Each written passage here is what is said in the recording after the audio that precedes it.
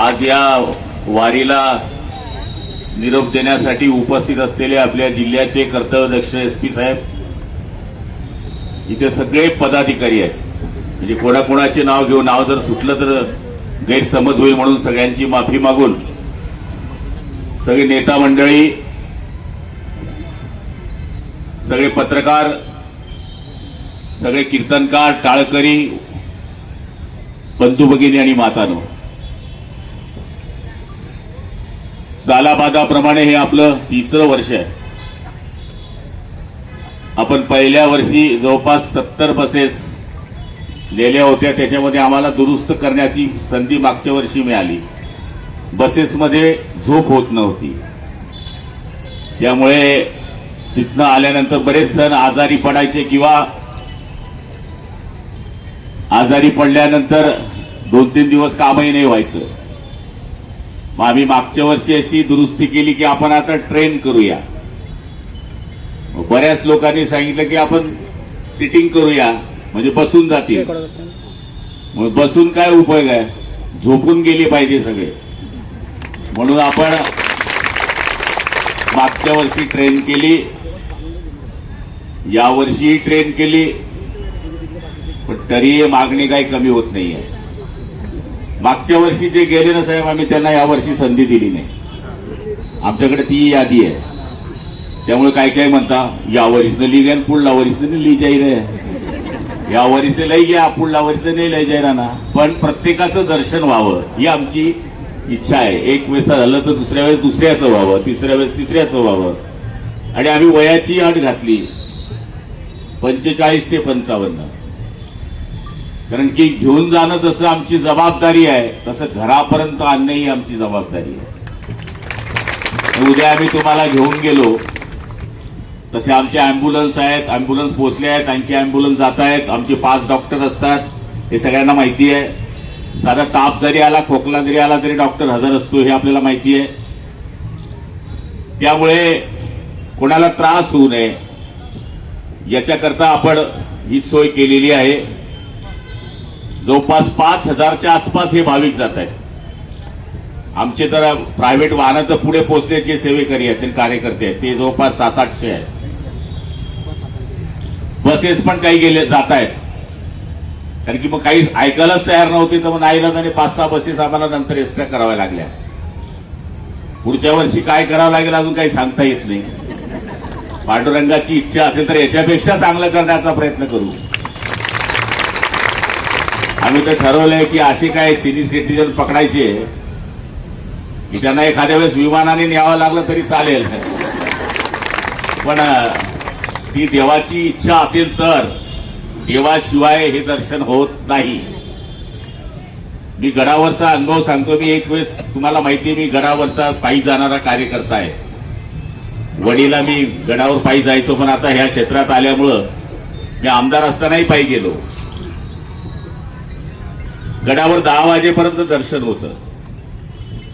मी एक वेळेस जवळपास 9:30च्या आसपास वरती गडावर पोहोचत होतो. तिकडचे पुजारी खाली येत होते, पाऊस चालू होता. पुजारी मला पूर्ण ओळखतात, म्हणजे गडावरचं प्रत्येक दुकानदारही ओळखतो की हा पाळदीचा गुलाबराव आहे. तर महाराजांनी ते म्हणले, तुम्ही कुठे जाताय? म्हणलं वरती जातोय. नाही म्हणले, जाऊ नाही शकत, दरड पडली आहे, वापस व्हा. नाईलाजाने मला वापस यावं लागलं. एक वेळेस असं झालं की 10:30च्या आसपास मी गडावर पोहोचणार होतो. त्यावेळेस बाहेरून दर्शन घेता येतं, जर घर बंद असला तरी आसारी आहेत, त्याच्यातून ते दिसतं आपल्याला पूर्ण की आईचं दर्शन होतं. तर म्हणलं आपण बाहेरून दर्शन घेऊ. मी वरती जायला लागलो, वरती गेलो. त्या दिवशी मंदिराची साफसफाई चालू होती, म्हणून मंदिर उघडं होतं.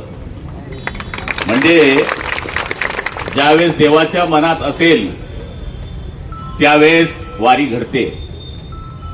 16 साली मी आमदार होतो. पंढरपूरला नेहमी मी जातो. 35 वर्ष झाला मी अखंड पंढरपूर जातो. मी पायी नाही जात, पण गाडीवर 100% जातो.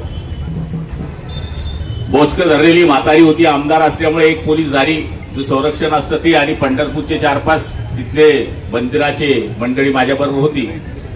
बोचकं धरलेली म्हातारी म्हणून मी त्याला सरका मंत्री आले, सरका मंत्री आले. मला हसू आलं, म्हणलं मी तर आमदार आहे, म्हातारी मला मंत्री म्हणतीये. मी ज्यावेळेस आतमध्ये गेलो, दर्शन घेऊन बाहेर आलो आणि रेस्ट हाऊसला माझा मुक्काम असतो. मला दिवाकर राव ते त्यावेळेस परिवहन मंत्री होते, त्यांचा फोन आला, म्हणले गुलाबराव निघा, मंत्रिमंडळाचा विस्तार होतोय, तुमचा नंबर लागतोय. आणि मी चौथ्या दिवशी मंत्री झालो, पण ती म्हातारी मला नंतर दिसलीच नाही. म्हणजे हे बघा, तुमच्याकडे किती पैसा आहे, किती अडका आहे, किती गाड्या आहे, किती घोड्या आहे, याच्यापेक्षा तुमचं अधिष्ठान किती मजबूत आहे याच्यावर सगळं अवलंबून आहे. आता या वारीला जात असताना सगळी पथ्य तुम्हाला सांगितली आहे. मी तरी सांगतो की इतकी सुपर व्यवस्था कुठेच नसेल. तुमचं एक फक्त कार्ड सांभाळून ठेवा. एक कार्ड गेलं की तुम्ही गेले, तुमचे घरचे तर आम्हालाच पकडतील. तुमचा सगळ्यांचा विमा काढून ठेवला आहे आम्ही. या कार्डवर तुम्ही फोटो, हे मोबाईलवर आपण काढतो, सेल्फी काढतो, काही करतो, काहीच काढायची गरज नाही, आपोआप तुम्हाला फोटो मिळतील. जेवणाची व्यवस्था आहे, नाश्त्याची व्यवस्था आहे, चहाची व्यवस्था आहे, सगळी व्यवस्था आहे. फक्त विनंती एक आहे, आपला सीट नंबर पण मिळाले, काय अडचण. एका बोगीमध्ये दोन अटेंडंट 2 जण राहतील आणि 4 हेल्पर आहे, जी एका बोगी 6 जण आहे.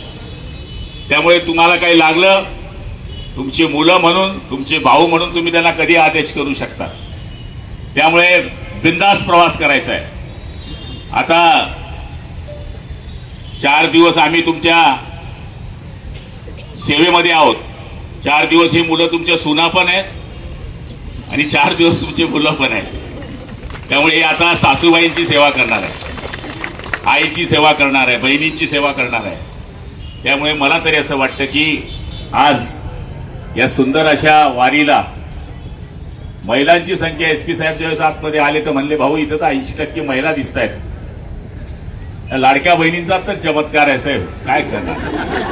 त्यामुळे निश्चितपणाने आमचे राज्याचे मुख्यमंत्री आदरणीय देवेंद्र भाऊ असतील, आदरणीय एकनाथ शिंदे साहेब असतील किंवा सुनीत्राताई पवार असतील, यांनी सरकारने सुरू केलेल्या ज्या महिलांकरता योजना आहेत, त्या योजनांचा आधार असल्यामुळे बहिणींनी आमच्यावर कायमचा आशीर्वाद ठेवलेला आहे. मी फार भाग्यशाली आहे की मला बहिणी आहेत. ज्याला बहीण आहे त्याला सगळं आहे. बाहेरून पैसे घेऊन जाईल, पण बाहेरून पैसे येत असताना ती मुलाकरता काळजी घेईल. पती जर श्रीमंत असला तर त्याच्याकडून पैसे आणील, माहेरे येईल, त्याच पैशातून साडी घेणं भावानं घेतली असं सांगेल. अशी ही आमची बहीण आहे. त्यामुळे आईनंतर प्रेम करणारी वस्तू जर या जगात कुठली असेल तर ती बहीण आहे. आणि या बहिणींचा आशीर्वादच कायम आमच्या पाठीशी आहे, भावांचा आशीर्वाद आहे. आदरणीय गजानन महाराजांनी सांगितल्याप्रमाणे फक्त एकच सांगा, आता पेरणी झालेली आहे, देवाला म्हणा खूप पाऊस पडू दे, वेळ घेणं आता उचित नाही, कारण की वाजले आता 6, इथून आपल्याला पायी जायचंय थोडंसं. त्यामुळे मी जास्त वेळ घेत नाही. खूप चांगली वारी करा. सगळ्यांकरता या ठिकाणी आनंदाचे दिवस यावे अशी मागणी करा, एवढीच आपल्याला प्रार्थना करतो.